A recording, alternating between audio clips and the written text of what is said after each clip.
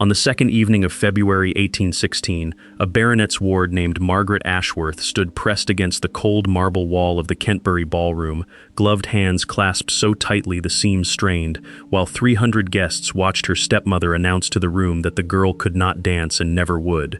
The Ashworth family held the purse strings of Margaret's whole existence, her food, her roof, her name, and every soul in that hall knew it.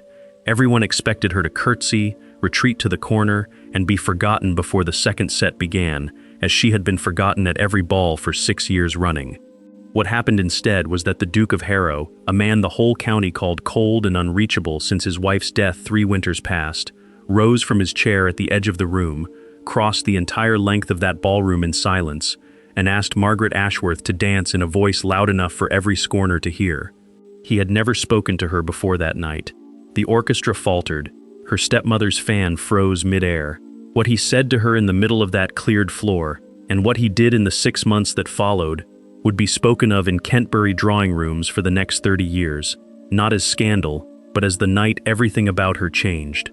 Margaret had learned the architecture of invisibility the way other girls learned French verbs, by repetition, by punishment, by the particular silence that fell over a room when she entered it. She was 19, the daughter of Sir Edmund Ashworth's first wife, dead of a fever when Margaret was 6, and in the 13 years since, her father had married a woman named Constance, who treated her stepdaughter's presence in the house as an inconvenience to be managed rather than a child to be raised. Her half-sisters, Louisa and Jane, had been given dancing masters, singing masters, a wardrobe replenished every season. Margaret had been given the schoolroom, the mending basket, and a single gray gown recut so many times the seams had gone thin as paper. Nobody thought she would last a single season in society. The Ashworth family had already decided, quietly, over breakfast conversations Margaret was not meant to overhear, that she would be married off to whichever widower or aging squire required a housekeeper more than a wife, and that this would happen before her 20th birthday, so as not to embarrass the family with an unclaimed daughter lingering past her prime. It was Constance who had chosen the Kentbury ball to make the arrangement public, to stand Margaret in front of the county and declare, in the guise of concern, that the girl simply could not dance, had never been taught, and ought not to be asked. It was meant to be the final humiliation before the quiet business of disposing of her. Instead, it became the night the Duke of Harrow looked across a crowded room and did not look away. The Kentbury Ball had been the social fixture of the county for as long as Margaret could remember, held every February in the great hall of Lord Kentbury's estate, where the floors were polished to mirror brightness and the musicians arrived from London a full week in advance to rehearse. Constance had begun preparing Louisa and Jane for it in November, ordering silk from a modiste in Bath, fitting gloves that matched their gowns to the shade. Margaret had been fitted for nothing. She wore the same gray muslin she had worn to the last 3 balls, taken in at the waist by her own hand the night before, because there had been no maid spared to help her and she would not ask. She had grown skilled at small invisible repairs, a hem let down, a seam turned, a ribbon pressed flat with a heated iron she was not supposed to touch alone. It was a skill nobody in the house valued, and one she had never told a soul she possessed, because to admit skill was to admit she had spent hours alone with needle and thread while her sisters were fitted by professionals, and admitting that felt too much like admitting how the house truly saw her. When the carriage arrived to take the family to Kentbury Hall, Margaret was told to sit facing backward, opposite her sisters, so that her plain gown would not crease theirs.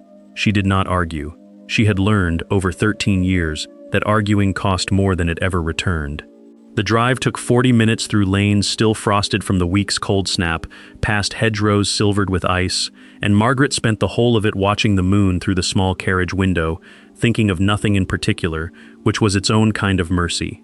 At Kentbury Hall, the entrance was already crowded with carriages disgorging guests in furs and jewels, footmen calling names into the din, and Margaret followed her family up the wide stone steps 2 paces behind, as she always did, close enough to belong to the party and far enough not to be mistaken for anyone of consequence within it. Inside, the ballroom was lit by 4 enormous chandeliers, hundreds of candles multiplied in gilt mirrors along every wall, and the heat of 300 bodies already pressed the air thick with the scent of beeswax and rosewater. Constance steered Louisa and Jane toward a cluster of matrons near the punch table, already trading news of who had arrived and who had not. and Margaret drifted, unbidden, toward the wall.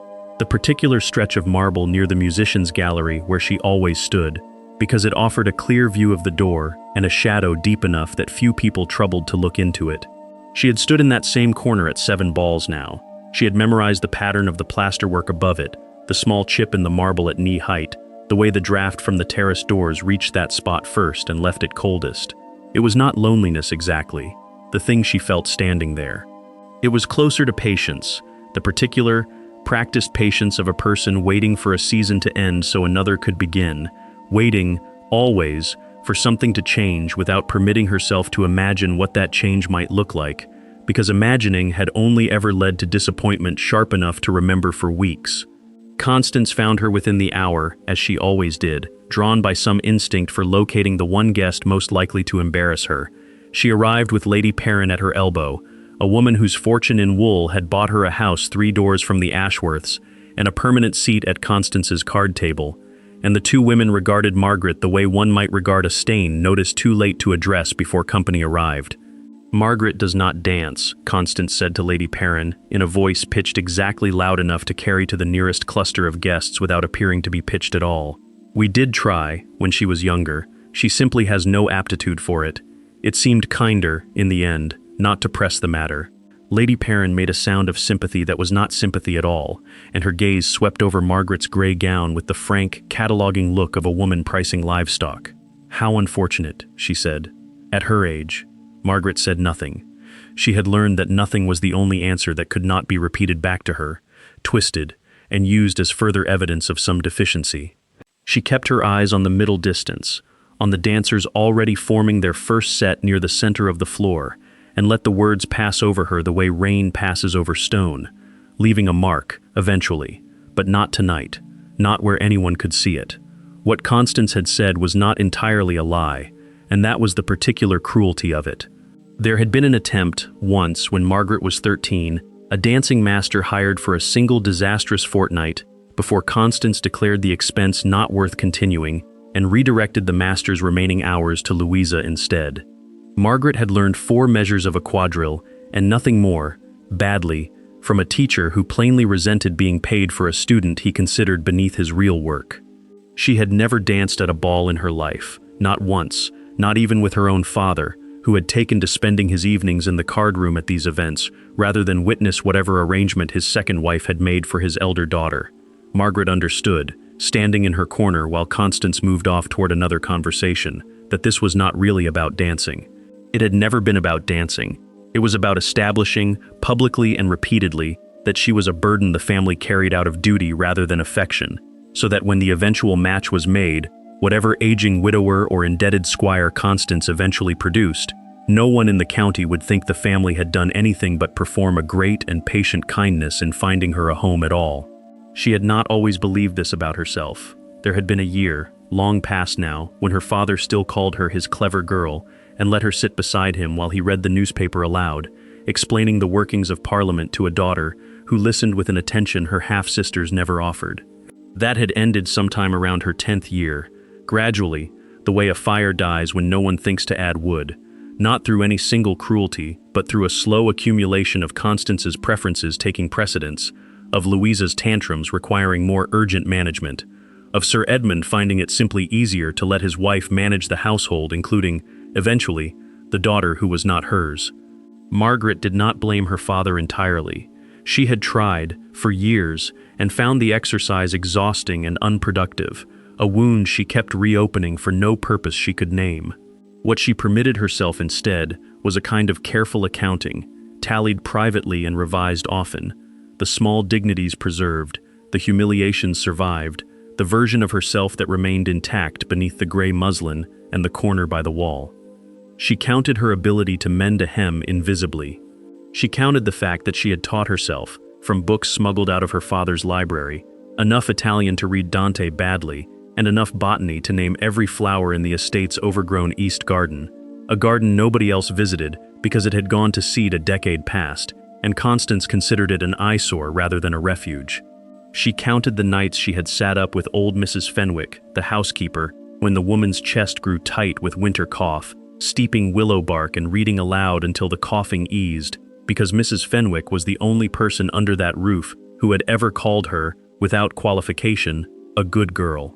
These were small things. Margaret understood they were small things, but she had learned that survival, the real kind, was built from small things accumulated patiently over years, the way a bird builds a nest from what it can carry in its beak, one twig at a time, until eventually there is shelter where there was only air. The Duke of Harrow arrived at Kentbury Hall a little past 9, later than most, and his arrival produced the particular ripple that only certain guests could produce, not because he courted attention, but because he so plainly did not want it. And a man who wants nothing from a room full of people hungry to be noticed becomes, perversely, the only person anyone wishes to notice. Margaret had heard the stories, as everyone had. Julian Whitmore, 7th Duke of Harrow, had married young, a love match the county still spoke of with a kind of wistful admiration, and had lost his wife Eleanor to a fever 3 winters past, along with the child she had been carrying. He had withdrawn from society almost entirely after that, managing his estates with a severity that had made him rich and feared in equal measure, appearing at events like this one only when duty absolutely required it, and leaving as early as courtesy allowed. He did not dance. He rarely spoke beyond what was necessary. The mothers of marriageable daughters had long since given up angling for his attention, not for lack of interest in his title and 30,000 a year, but because 3 winters of rebuffed overtures had taught even the most persistent among them that the Duke of Harrow's grief was not a door that opened for ambition. He took up his usual position near the card-room entrance, a glass of claret he would not finish held loosely in one hand, and Margaret, from her corner across the room, watched him the way she watched everyone, carefully, without seeming to, cataloging the particular stillness of a man who had trained himself to occupy space without appearing to want any of it. She did not think, watching him, that their evenings would intersect in any way beyond the shared air of the ballroom. She had no reason to think otherwise. In 7 years of balls, she had never once been approached by a man of consequence, and the Duke of Harrow, whatever his private sorrows, remained a man of very great consequence indeed.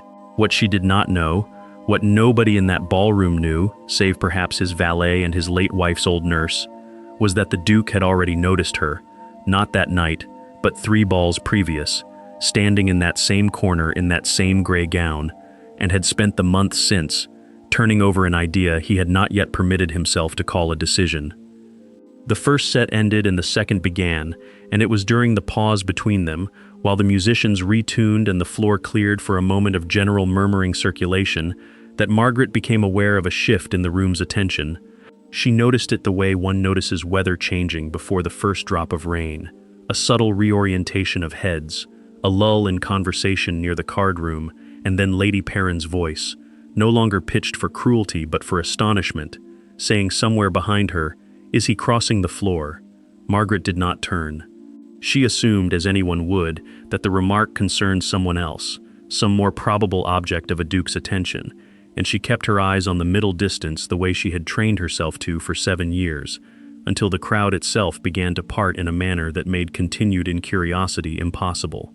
The Duke of Harrow was walking directly toward her corner of the room, unhurried, his expression unreadable, and the ballroom's collective attention followed him like iron filings drawn to a magnet, 300 conversations dying into a single suspended silence, broken only by the scrape of the musicians' chairs. Margaret felt her pulse rise into her throat. Her first thought, absurdly, was that she had done something wrong, stood in the wrong place, worn the wrong gown, offended some unspoken rule of placement she had failed to learn in her years of careful invisibility. Her second thought, arriving a half-second behind the first, was that this could not possibly be about her, that he must be walking towards someone or something beyond her, a guest she had not noticed standing nearby, and she very nearly turned to look for that other person before some instinct told her to hold still. He stopped in front of her. Up close he was taller than she had estimated from across the room, and the severity she had read as coldness resolved, at this distance, into something closer to exhaustion carefully held in check, the face of a man who had trained every muscle in it not to reveal what it felt. "Miss Ashworth," he said. His voice was low, pitched to carry only to her, and yet somehow audible, she would learn later, to nearly everyone within 20 feet, because the room had gone so silent that a whisper would have carried twice that distance. "I understand you do not dance." Margaret's mouth had gone entirely dry. Somewhere behind her, she heard Constance's sharp intake of breath, the particular sound of a woman recalculating an entire evening's strategy in a fraction of a second. "I was never taught, Your Grace," Margaret said, because it was true, and because she could not think of anything else true to say. The Duke considered this for a moment that felt, to Margaret, considerably longer than it likely was. "Then perhaps," he said, "tonight is as good a night as any to begin." What happened next would be recounted in Kentbury drawing rooms for weeks, and then for years, and eventually for decades, each retelling sanding down some detail and sharpening another until the story bore only a general resemblance to the thing itself, the way all stories do once enough mouths have carried them. The Duke of Harrow did not simply ask Margaret Ashworth to dance and lead her into the next available set. He turned to the musicians' gallery, raised one hand, and asked them to hold the next piece a moment longer than planned, and then he turned to the assembled guests still frozen in their suspended silence and said, in a voice that carried the length of the hall without appearing to be raised at all, that he understood Miss Ashworth had never had the benefit of instruction, and that he would consider it a personal favor if the room might extend her the patience such a circumstance required. It was not a request. Every person present understood it was not a request, phrased as courtesy but landing as command, the particular authority available only to a man who had spent his entire life being obeyed and had simply never before troubled himself to use it on anyone's behalf but his own. Constance's face, Margaret would remember later, had gone through several colors in rapid succession: white, then a mottled red, then a carefully composed blankness that fooled no one who had watched the first two stages. Lady Perrin's mouth remained slightly open for the better part of a minute, and Margaret herself stood at the center of it, the object of every eye in the room, feeling something she did not immediately recognize because she had so rarely been permitted to feel it, not shame, not the familiar burn of public inadequacy she had braced herself for the moment. Constance first raised her voice that evening, but something closer to being seen, fully and without qualification, for the first time in longer than she could easily remember.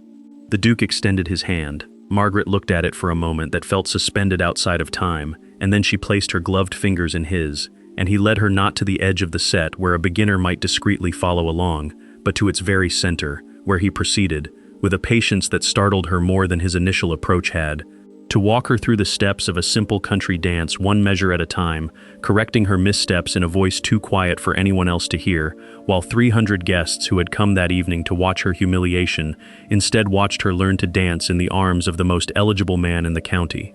They did not speak much during that first dance, beyond his low corrections and her murmured apologies for each misstep, apologies he waved away each time with a small shake of his head that she came to understand, by the third or fourth instance, was not impatience but its opposite, a kind of insistence that she owed no one an apology for learning something she had never been taught.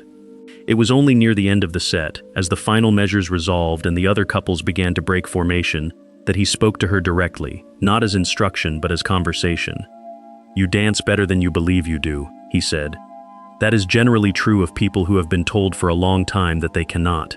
Margaret did not know how to answer that. It landed somewhere in her chest with a weight she had not anticipated, because it was, she realized, the first time in years that anyone had spoken to her as though her own self-assessment might be inaccurate, in a direction that favored her rather than diminished her further.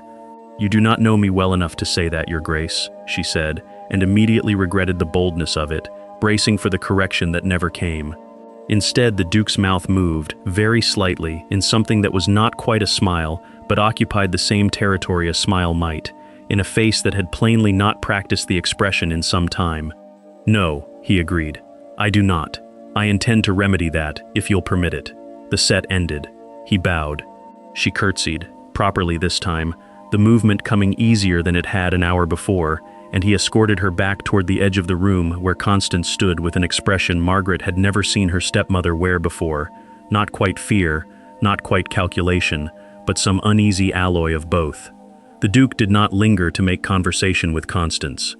He inclined his head to her with the exact measure of courtesy the situation required and no more, and then he returned to his position near the card room, leaving Margaret standing in a spot she had occupied for 7 years, feeling, for the first time in all of them, that the ground beneath her had shifted in some fundamental and possibly permanent way she did not yet have the vocabulary to describe. The carriage ride home was conducted in a silence far more dangerous than the ordinary variety, the kind that Margaret had learned over the years to recognize as the pause before a storm, rather than the absence of one. Constance did not speak until they were well clear of Kentbury's gates, and when she did, her voice carried a controlled fury that Margaret found, somehow, less frightening than her stepmother's more usual sharp remarks, because it suggested Constance herself did not yet know how to categorize what had happened, and an uncategorized threat was, in Margaret's long experience of the household, always more dangerous than a familiar one. "You will not encourage this," Constance said. "Whatever the Duke's reasons, and I confess I cannot imagine what they are, you will not encourage it. A man in his position does not attach himself seriously to a girl in yours. You understand this." Margaret understood a great many things that evening that she had not understood that morning, but she kept her eyes on the frosted window and said nothing, which Constance took, correctly, for something less than agreement. Louisa, seated beside her mother, was not so restrained. Everyone was staring, she said, in the particular tone of a girl who had spent the evening watching attention she considered her birthright directed instead at someone she had been raised to regard as beneath notice. It was mortifying. Margaret nearly laughed at that, though she managed to keep the sound contained to something like a breath through her nose, because the word mortifying, applied to that evening, seemed to her almost willfully blind to what had actually occurred. She had been publicly named unteachable by her own stepmother, and then, within the hour, patiently taught in front of the same audience by a man 300 guests would have crossed any room to please. If anyone in that carriage had cause to feel mortified, Margaret privately thought, it was unlikely to be her.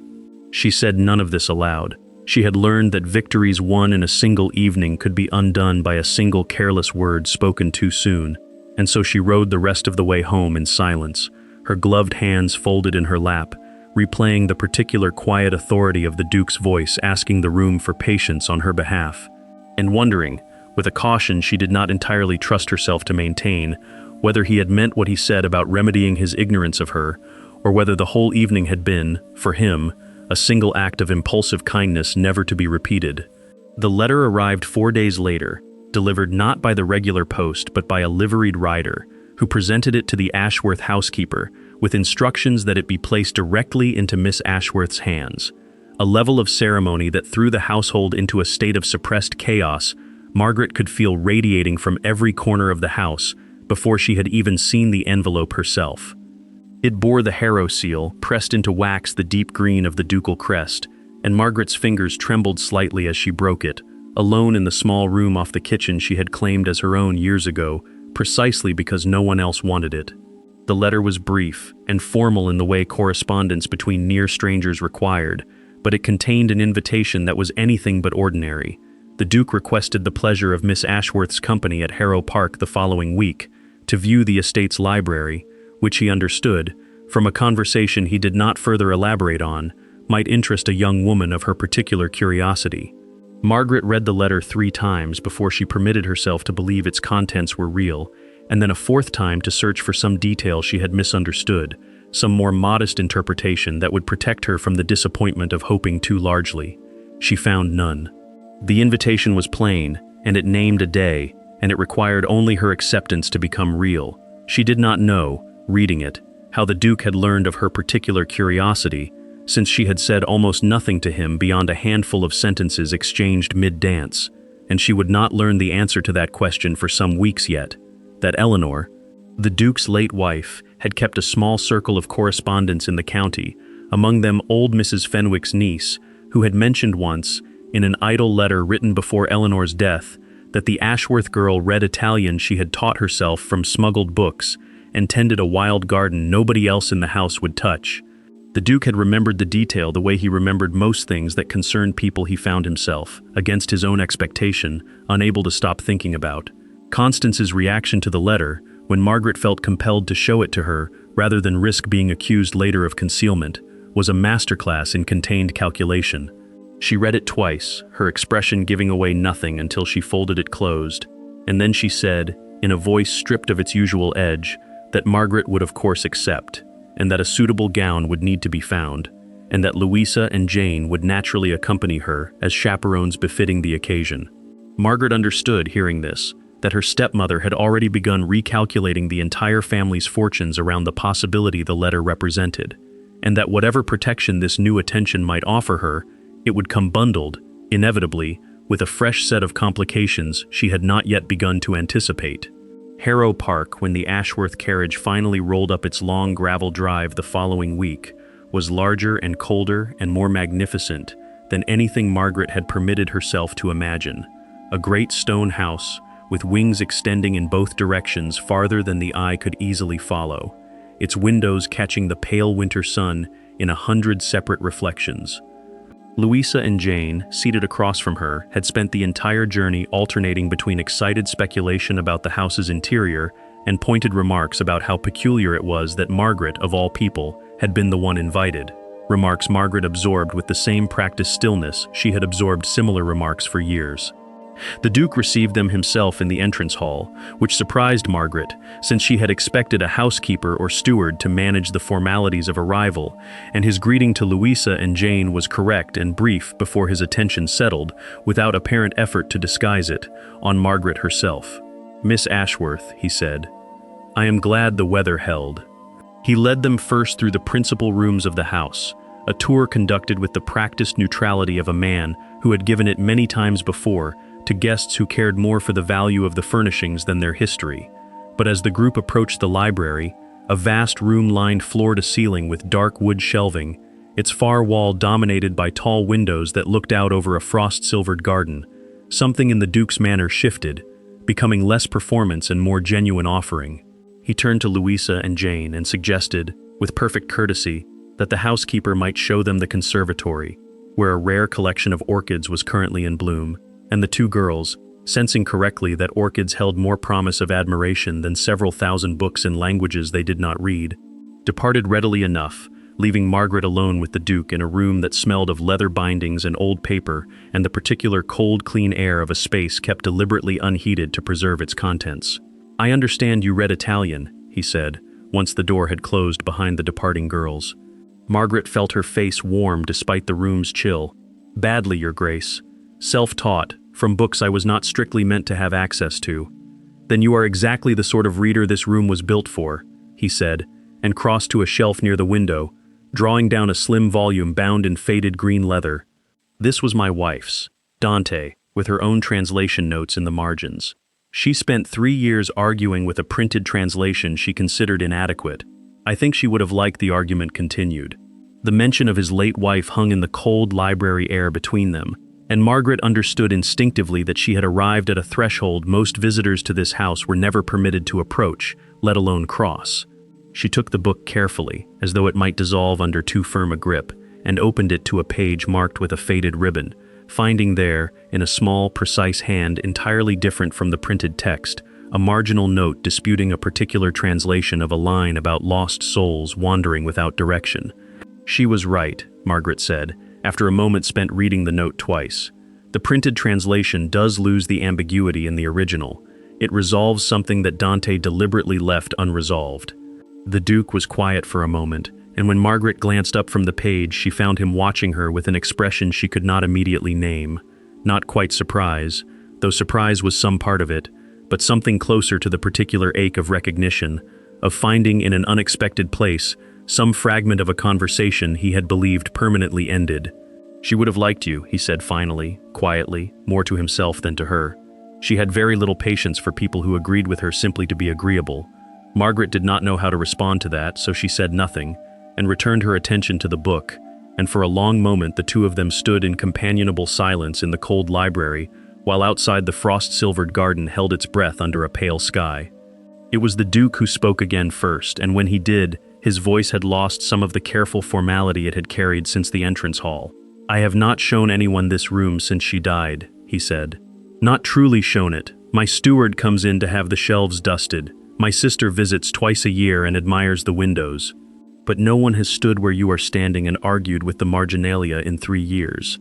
Margaret felt the weight of that admission settle over her with a gravity she had not anticipated when she accepted the invitation, understanding, for the first time with real clarity, that whatever this was becoming between them, it was not the simple charity of a powerful man taking pity on an overlooked girl.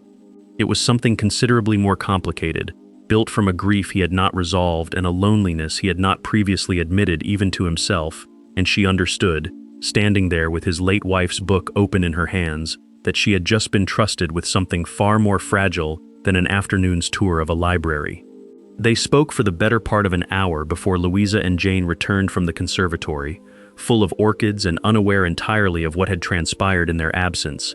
And in that hour the Duke told Margaret, in fragments offered carefully and withdrawn just as carefully, when the subject grew too near some private wound, the shape of what had happened to him 3 winters past. Eleanor had been carrying their second child, a fact known only to the household and not yet to the wider county, when the fever took her within 4 days of its onset, faster than the physicians had believed possible, faster than the Duke had believed possible, so that he had gone from a man anticipating the ordinary happiness of a growing family to a widower burying his wife and unborn child within the space of a single terrible week. He did not say much about the funeral, or the months immediately after, but Margaret understood, from the careful economy of what he chose to share, that those months had very nearly broken something in him that had not fully mended since. "I stopped attending most society events after that," he said. "Kentbury attend because Lord Kentbury was my father's closest friend, and I owe the family a debt of loyalty I cannot repay any other way.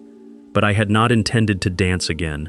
I had not intended, if I am honest, to speak to anyone that evening beyond what courtesy required."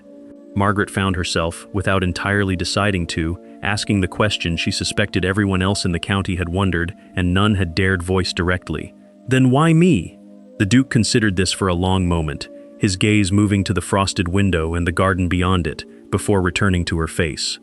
"Because I watched you stand in that same corner at 3 balls running," he said, "being made smaller by people who ought to have made you larger, and I recognized something in it I did not expect to recognize. Eleanor spent her whole childhood being told she was too outspoken, too curious, too much for a girl to be. I watched people try to shrink you the same way, for different reasons, and something in me simply refused to watch it happen a 4th time without doing something about it." Margaret's throat tightened with an emotion she did not have a ready name for, something between gratitude and grief, and a fragile, dangerous hope she had spent years teaching herself not to feel, and she understood, in that cold library with the sound of Louisa's returning laughter growing audible in the corridor beyond, that whatever came next between them would not be simple and would not be safe, but that she no longer wished to retreat from it into the familiar safety of her corner by the wall. News of the library visit reached the wider county within days, as news of anything involving the Duke of Harrow invariably did, and it arrived in Kentbury drawing rooms already transformed by the particular alchemy of gossip into something both grander and more scandalous than the quiet afternoon it had actually been. By the time Margaret next appeared in public, at a modest evening gathering hosted by a family 2 estates over from the Ashworths, she found herself the subject of a scrutiny she had never before experienced. Not the dismissive, cataloging glances she had grown accustomed to, but a sharper, more calculating attention from mothers who had spent years grooming daughters for exactly the sort of match now apparently, inexplicably, being extended toward the overlooked Ashworth girl instead. Lady Perrin, present again that evening, made a point of approaching Margaret directly for the first time in the 7 years Margaret had known her. Her earlier condescension replaced by a curiosity so transparent it would have been comic had it not carried an undertone of barely concealed resentment. "The Duke showed you his library," she said, without preamble, as though the fact itself constituted an accusation requiring a defense. How very singular. Margaret had learned enough, in the weeks since the Kentbury ball, to understand that her old strategy of silence would no longer serve her the way it once had. Because silence in an overlooked girl read as meekness, but silence in a girl suddenly at the center of speculation read as either arrogance or guilt, and she had no wish to be assigned either. "His late wife kept an extensive collection," Margaret said, evenly.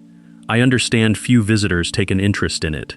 Lady Perrin's eyes narrowed slightly at the composed neutrality of the answer, clearly having hoped for something more combustible to carry back to the card tables, and she withdrew after a few more probing questions with the visible dissatisfaction of a woman denied her expected entertainment.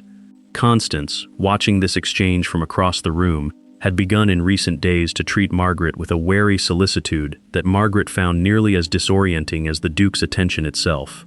Small kindnesses appearing without explanation, an unused length of blue silk suddenly produced from some trunk and offered for a new gown, dinner conversation in which Margaret was, for the first time in memory, asked her opinion rather than simply informed of decisions already made on her behalf. Margaret understood the source of this sudden warmth well enough not to mistake it for affection. Constance had recalculated, with the speed of a woman who had spent years managing a household's fortunes through careful social arithmetic, that whatever came of the Duke's interest, the family's position would rise or fall with it, and that antagonizing its object at this delicate juncture would serve no one's interests, least of all her own daughters, who might yet benefit from whatever connection Margaret's improbable fortune produced.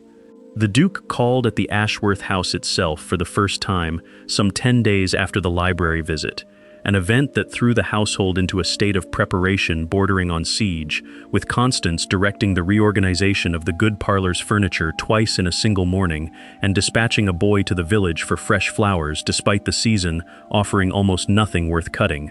Margaret, dressing for the visit in the blue silk that had appeared so mysteriously in her wardrobe, found her hands unsteady in a way that had little to do with the cold and everything to do with the strange new vulnerability of being visited, sought out, chosen, after so many years of being the one who waited unchosen in corners. The visit itself was correct in every particular the situation demanded.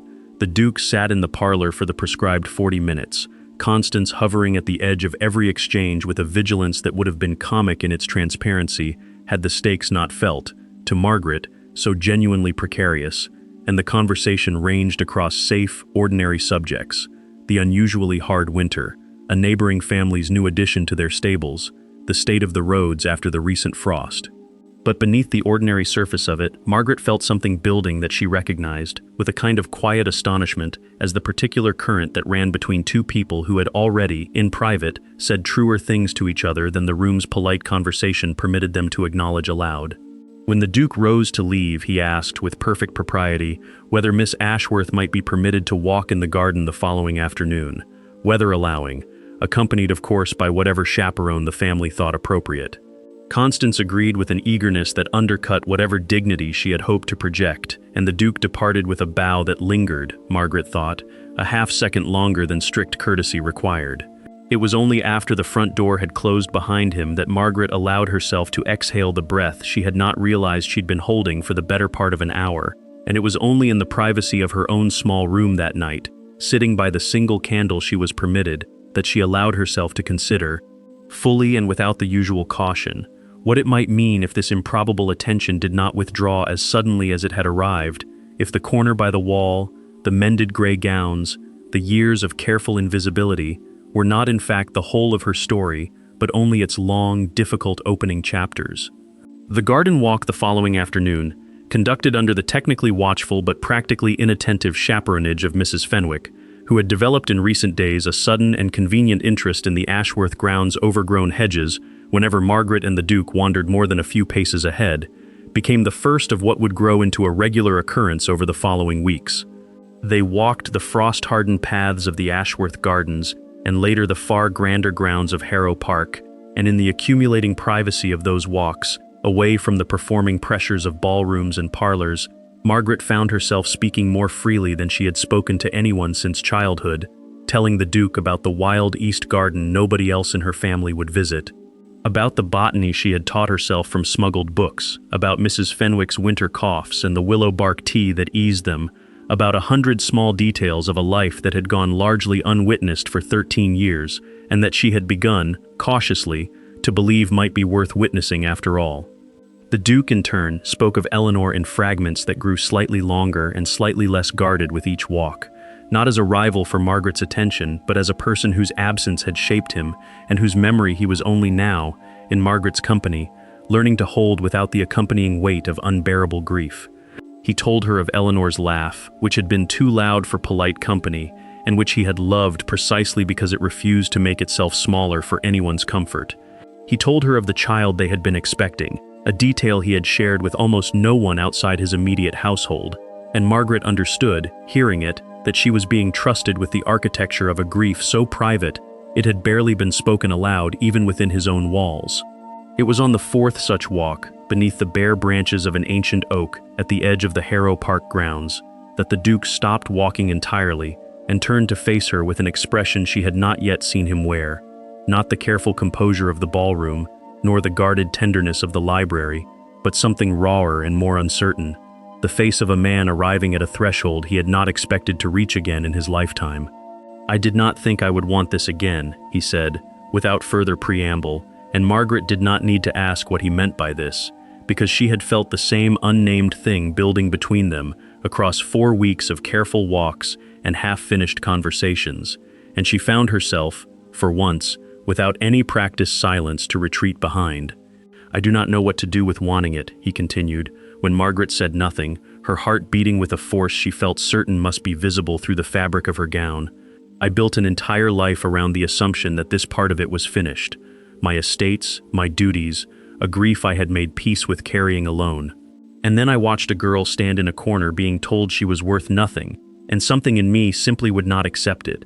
And I have spent every day since trying to determine whether what I feel is gratitude for reminding me I could still feel something at all, or whether it is something considerably more dangerous than gratitude." Margaret's voice, when she finally found it, came out steadier than she expected. "And which do you believe it to be, Your Grace?" The Duke's expression shifted, something almost like relief crossing it, as though her willingness to ask the question directly had removed some final barrier he had been reluctant to cross alone. "Dangerous," he said, "considerably." He did not touch her, not yet, the propriety of the moment, and the presence of Mrs. Fenwick somewhere among the hedges, holding him to a restraint Margaret could see costing him some effort to maintain, but the space between them had narrowed in some way that had nothing to do with physical distance, and Margaret understood that whatever answer she gave in the next few moments would determine the shape of everything that followed. "I have spent 13 years being told what I am worth by people who benefited from believing it small," she said slowly, working out the words as she spoke them, because she had never before had cause to say them aloud. "I am not certain I know yet what I would choose, freely, if the choice were entirely my own. But I know that when you crossed that ballroom floor, I felt, for the first time in longer than I can remember, that someone had looked at me and seen something worth crossing a room for. I do not think that feeling was a mistake." The Duke's hand found hers then, gloved fingers closing around gloved fingers in the cold garden air, and though the gesture was chaste enough to satisfy the strictest chaperone, it carried a weight that neither of them mistook for anything less than a beginning, a quiet and fragile agreement between two people who had each, in their own separate griefs, forgotten what it felt like to be chosen. The Duke's intentions, once declared privately between the two of them beneath the oak at Harrow Park, could not remain private for long, not in a county where every social event functioned as a kind of clearinghouse for exactly this species of news, and within a fortnight, the understanding between the Duke of Harrow and Miss Margaret Ashworth had become the county's principal subject of conversation, discussed with an intensity that ranged from genuine delight among the few who had always found Margaret's treatment unkind, to a barely concealed bitterness among those who had built their own daughter's prospects around the Duke's continued availability. It was Lord Kentbury himself who proposed the occasion that would settle the matter publicly beyond any further dispute.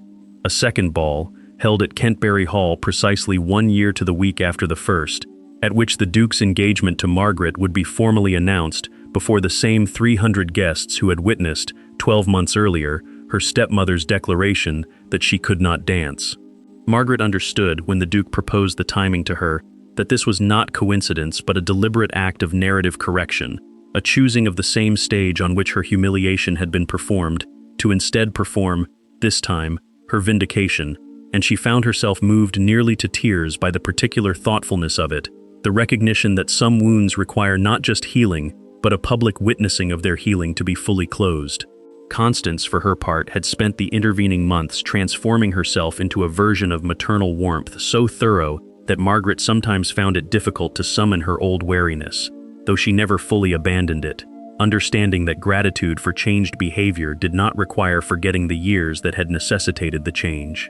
Louisa and Jane, too, had softened toward her, whether from genuine affection finally permitted to surface, or from the practical understanding that a sister married to a duke was an asset worth cultivating, and Margaret chose, with a generosity she was not certain she owed them but offered freely nonetheless, to accept the softening without excavating too closely its origins. She had learned, in the year since that first terrible transformative evening, that holding on to every old grievance left no room for the new life growing up around her, and that some form of peace, even an imperfect one, was worth choosing deliberately rather than waiting to be granted. On the evening of the second Kentbury ball, Margaret arrived not in a recut grey muslin, but in a gown of deep green silk the Duke had commissioned from a modiste in London, without ever mentioning the expense. A color he had chosen, he told her, because it reminded him of the ivy that had climbed the walls of Harrow Park's forgotten East Wing, since long before either of them was born, patient and green and quietly persistent despite years of neglect. She entered the same great hall she had entered a year earlier, trailing 2 paces behind her family, but this time she entered on the Duke's arm, and the ripple that moved through the assembled guests at her arrival was of an entirely different character than the ripple that had marked his approach across the floor 12 months before. Not shock this time, but something closer to reverent curiosity. 300 people rearranging, in real time, an entire year's accumulated gossip into the shape of the woman actually standing before them. Lady Perrin was present again, seated near the same spot she had occupied the year before, and when Margaret's eyes found her across the crowded room, she offered the older woman a small, composed nod, neither warm nor cold, simply acknowledging a shared history without granting it any further power over the present. The musicians, at the Duke's private request, opened the evening with the same simple country dance he had taught her, one measure at a time, on this very floor a year past. And when he led her onto the polished boards this time, there was no need for correction, no murmured apology for a misstep, only the easy, practiced movement of 2 people who had spent a year learning each other in gardens and libraries and quiet parlor conversations. And the guests who had come, ostensibly, to witness a formal announcement, found themselves instead witnessing something considerably rarer: the visible, undeniable evidence of a woman who had been told she was worth nothing, dancing at the center of the room that had once tried to make her invisible, held in the arms of a man who had never once regretted the evening he crossed it to find her. The formal announcement came near midnight, delivered by Lord Kentbury himself, with evident satisfaction at having hosted the occasion of both the county's greatest scandal and its most celebrated reversal within the same room. And the assembled guests responded with an enthusiasm that Margaret understood, even in the moment, to be at least partially performative, a rush to align oneself publicly with the winning side of a story that had, 12 months earlier, seemed to have only one possible ending. She did not resent the performance. She had lived long enough inside the machinery of county society to understand that its warmth, however conditional, was still preferable to its cruelty, and she had decided, in the months of her courtship, that she would rather extend a measured grace to those who had wronged her than spend her newfound happiness relitigating every old injury. Constance approached her near the end of the evening, when the receiving line had thinned and the dancing had resumed in earnest, and said, with what Margaret believed to be genuine feeling beneath the habitual formality of her phrasing, that she was proud of the woman Margaret had become. Margaret accepted the sentiment for what it was worth, neither rejecting it nor pretending it erased 13 years of careful diminishment, and found, to her own quiet surprise, that she was able to hold both truths at once, her stepmother's cruelty and her stepmother's present imperfect pride, without either canceling the other out. The Duke found her again as the evening wound toward its close, drawing her gently away from the crowd toward the same terrace doors that had let in the draft that used to reach her old corner first. And out under a clear, cold sky thick with stars, he told her that he had one more thing he wished to give her before the night ended, something he had been carrying since the library at Harrow Park, waiting for the right moment to offer it. What he gave her, on that terrace under a sky scattered with more stars than the ballroom's candlelight usually allowed anyone to see, was not a ring, though the ring would come later, presented properly before both their families within the week.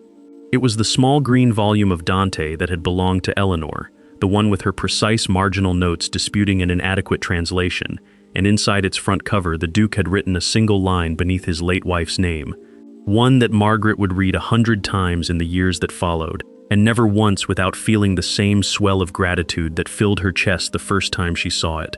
That some books, like some houses and some hearts, are large enough to hold more than one story of love, without either story diminishing the other. Margaret held the book against her chest, the cold night air forgotten, and understood that she was being given something far larger than a courtship or a title or even a marriage.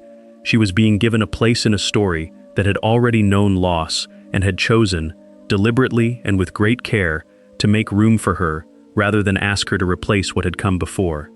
She thought, standing there, of the girl who had spent 7 years memorizing the plasterwork above a particular stretch of marble wall, counting small mended dignities the way a bird counts twigs, waiting for a season to end without permitting herself to imagine what might follow it. That girl had not vanished. Margaret still carried her, still recognized her patience and her careful accounting in the woman she had become, but she was no longer waiting in a corner for a season to end. She was standing on a terrace under a wide winter sky, in a green silk gown chosen for its resemblance to patient, persistent ivy, holding a dead woman's book and a living man's trust, and somewhere behind her, through the tall terrace windows, the ballroom that had once tried to make her disappear now glowed gold with the celebration of exactly the opposite, and Margaret understood, with a certainty that settled over her like the steady quiet after a long storm, that whatever came next, she would not face it from the shadows, and she would not face it alone.